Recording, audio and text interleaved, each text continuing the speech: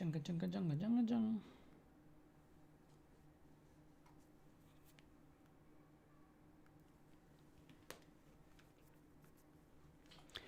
Shape, I hope you're doing fantastic today. In today's very stream, I want to share with you UPW portraits.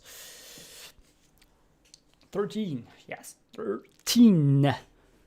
Okay, so without further ado, by the way, you can just jump into my YouTube channel if you want to watch in 4K. Or you can do it pretty easy. Just go into pogodora and you will be there. Or you can go into my own profile. You go on my profile, you go into my own website, click on it, and then you find the 5th link will lead you to the current stream. Okay, so without further ado, let's jump in. Today we want to talk about pattern of focus. Let's talk about pattern of focus, and this is really important to understand because, as I said, focus is one of those most important things in our life. When we focus, that's actually what brings us. So first of all, you can ask yourself right now, what am I focused on right now? What I am focused on. You can be focused on what I'm doing right now. You can focus on, I don't know, on eating or something like that. Always control your focus. Always control your focus, where you're focused on, because when you are focused on this, actually where energy flows and where energy goes, you get actually, this is actually what you got from it. Okay, so what you have or what you are missing right now, ask yourself, what do you have, what you're missing right now? Do you miss currently right self? Yes, not, maybe yes, maybe not. Just ask yourself, what you have, what you're missing right now. What you have, it can be all the kind of appreciation. What you're missing right now, it can be like, missing. But the thing with missing, if you focus more on missing, then you get more missing. If you focus more on having, then you have more having. Law of attraction. Okay? Awesome. Let's go to the next one. Remember to don't miss adventure of a smile. Really important to smile. In fact, back in the days, when I was a kid, I smiled a lot, but then sometimes someone comes around me and said, hey dude, maybe it's better for you to not smile. I don't know why, but you know, then I started to smile less and less and less, because I thought like you feel like more in authority when you don't smile. You feel like more, it's more cool if you don't smile, if you're more serious, you know, people and the girls like more the serious guys. It was more, you know, this kind of Fata Morgana going on in my brain, but it made me in a habit to kind of get rid of my smile. And I had a good smile back when I was a kid, when I was a toddler. However, after becoming more adult, it made myself to lose my smile more and more and more. And now I'm smiling just occasionally, just when something funny is, then I sometimes show my smile, but normally I cannot do it intentionally right now. I have to work on it. Okay? Especially when I get cringe for my smile self, you know, sometimes it happens. So it needs also to practice. So we don't experience life. Remember the thing. We do not experience life. Everyone's saying, hey, I'm experiencing my life. No, you don't experience your life. We experience literally the things we are focused on and the meaning that we're attaching. Yeah. You'll focus, for example, someone dies. Really bad example, but someone dies, okay? Or something is bad happened to you, and you feel, okay, I'm a victim, right? And you tell, why does it happen to me? I feel not so bad, you know? And now you put yourself the victim mask on, aka you're focused on being a victim. When you focus on being a victim, of course, you're attaching the meaning towards a thing. It was a bad thing for me. I was a victim out of it. However, you can switch your perspective. When those kind of occasions happen, you can see like, okay, this occasion happened right now. I'm not a victim, I'm a freaking winner. And why I'm a freaking winner, win a chicken dinner, I am basically putting myself a mask on a winner. So what I'm doing is, I see this thing, what happened right now myself is a challenge. It is a lesson. I have to, when I grow out of this lesson, I become stronger as a person. I become stronger as a human being. And this is actually what you do. You put a freaking mask on and just go through. You strive through. You show the persistence. Okay. Now, let me ask you, so where's the emotional home? Emotional home? What the freak are you talking about? Well, emotional home is actually is all your knowledge and all your experience. It might be somewhere in your body. It might be somewhere in a part of your body. It might be your brain. It might be your, people are feeling, For example, the first emotion which pops up in your mind or something like that, where it pops up, where do you feel it popping up? It can popping up everywhere, literally. It can in your tiny toe. It can in your pinky finger. It can in your nose. It can be everywhere, really. This emotion can pop up everywhere. So you have to be aware where this pops up. Okay. Now, some people are actually kind of persistent, and it's really a good thing to be persistent, to never give up and so on. And this kind of never give up mentality have also two sides. And let just me tell you about those two sides. One of those sides, if for example someone's living in a shed or something, and the shed is just goes and there comes a hurricane, and this hurricane just blows away the shed, and this human being just don't give up and make another shed and blows away, and you make another shed and blows away, another shed, And it's a good thing, because this human being is learning how to make a stronger shed over and over again so it doesn't blow away. However, some people, for example, some women, especially in Japan, have sometimes an abusive relationship. For example, they have DV, like domestic violence in their own relationship. And what happens is, as a woman gets domestic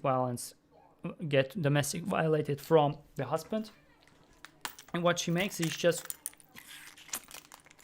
bearing all the pain, all the suffer. And what happened again, that she will suffer forever because she doesn't make a move. She's persistent in having the hope that maybe the suffer ends, but it will never end. And these are actually two sides of persistence. Sometimes persistence is something good, sometimes persistence is something bad. Sometimes when you persist, you bear the freaking pain. And in fact, you have just not to bear the pain, you have just to say, F you, my friend, and I'm go somewhere else. But you have to have this kind of courage to do it. And many people that do not do it, so they end up being the victim of their own life. The prisoner of their own life and not the master. Yeah. They become not the master of puppets, but a puppet. Now, let's track yourself. Let's track yourself with an easy emotion, which is being angry. How often do you feel angry? How do you feel angry? Is it once a day, once a week, maybe once a month, once a year? Kudos for you when once a year, or even less than once a year. Because many people get pretty angry pretty easy.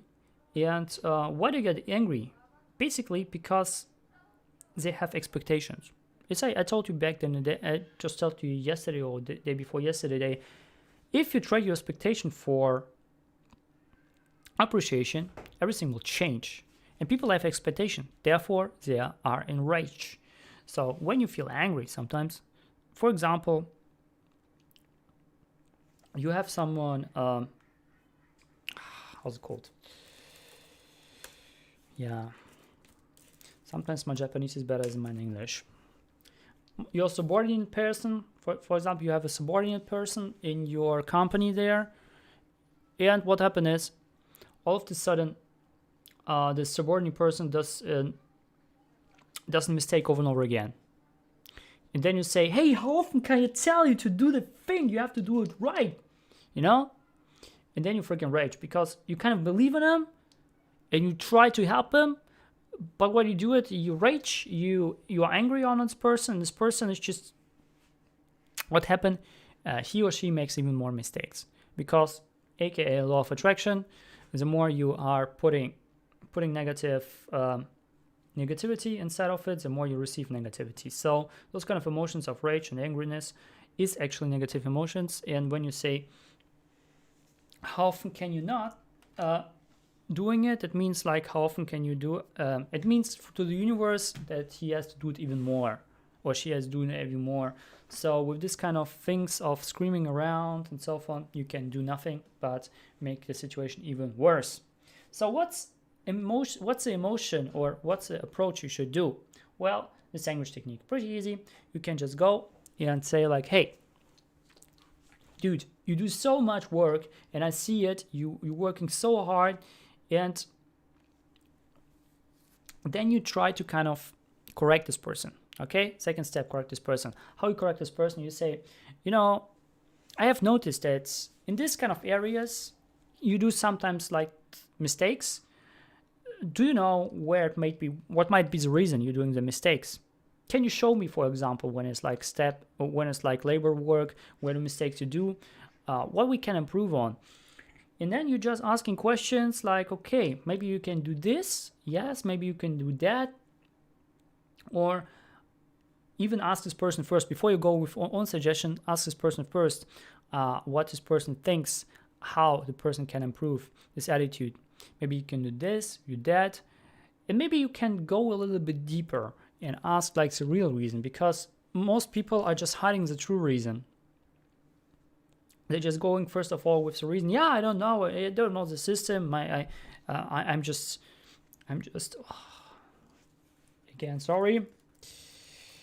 I'm just clumsy. Yeah, I'm just really clumsy person. I can't do it, and I just here in the job for the payment, nothing else. And yeah, I understand it, but we are in this environment. We are working together, so we have to comprehend with each other. We have to be polite with each other. So let's make a better working environment, and let's think about how we can actually do it better. And then you ask question.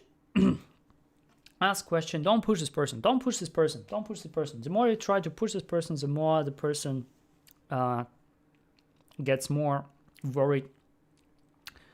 And try to ask things. How do you feel when you right before you're approaching this step where you're doing actually this, for example, labor work? How do you feel like? Yeah, I feel like this and this. And can you show me the step? Maybe you show the step. Okay, let's make a video of it. Like, okay, let's make a video of the step you're doing. And then see, okay, you see, you have to do this. And can you tell me what is the difference between what is actually you should do and what you're doing? Yeah, it's this and this. Okay, how do you think we can actually improve it? Yeah, maybe you have to put this one thing already here, so it's already prepared. Or maybe a little further away where you do the mistake. And so forth. You can actually, with questions, you can do more, and you can bring more to the person rather than just screaming around. I know we are all people like, time is money and so forth, but if you really validate this person and really think this person belongs to this company and this is your subordinate, try to help him or her. Try to ask deep questions. And the deeper question you ask, the more you will motivate this human being to work even harder and to work even better in a better environment, even better energy. Okay? And also, what's your emotion at home? AKA, what emotion do you show the most and where?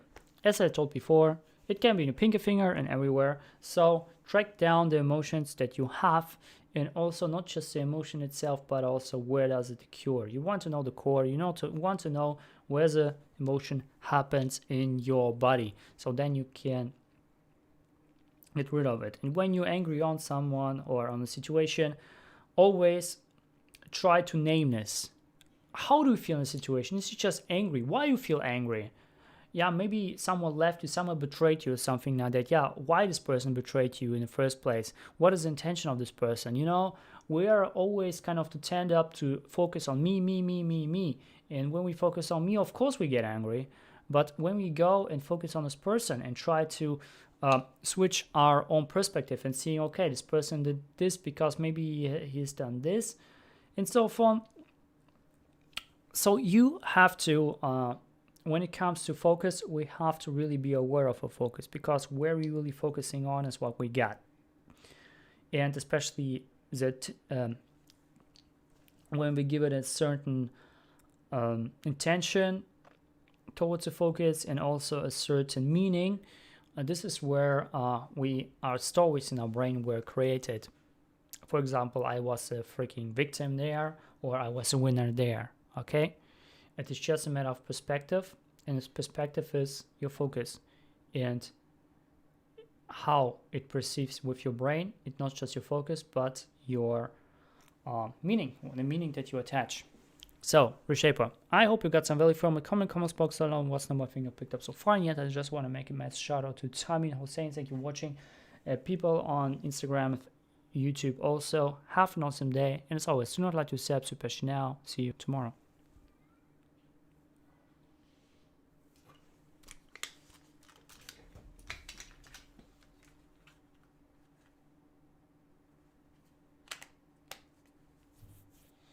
When you stay every day, you're around.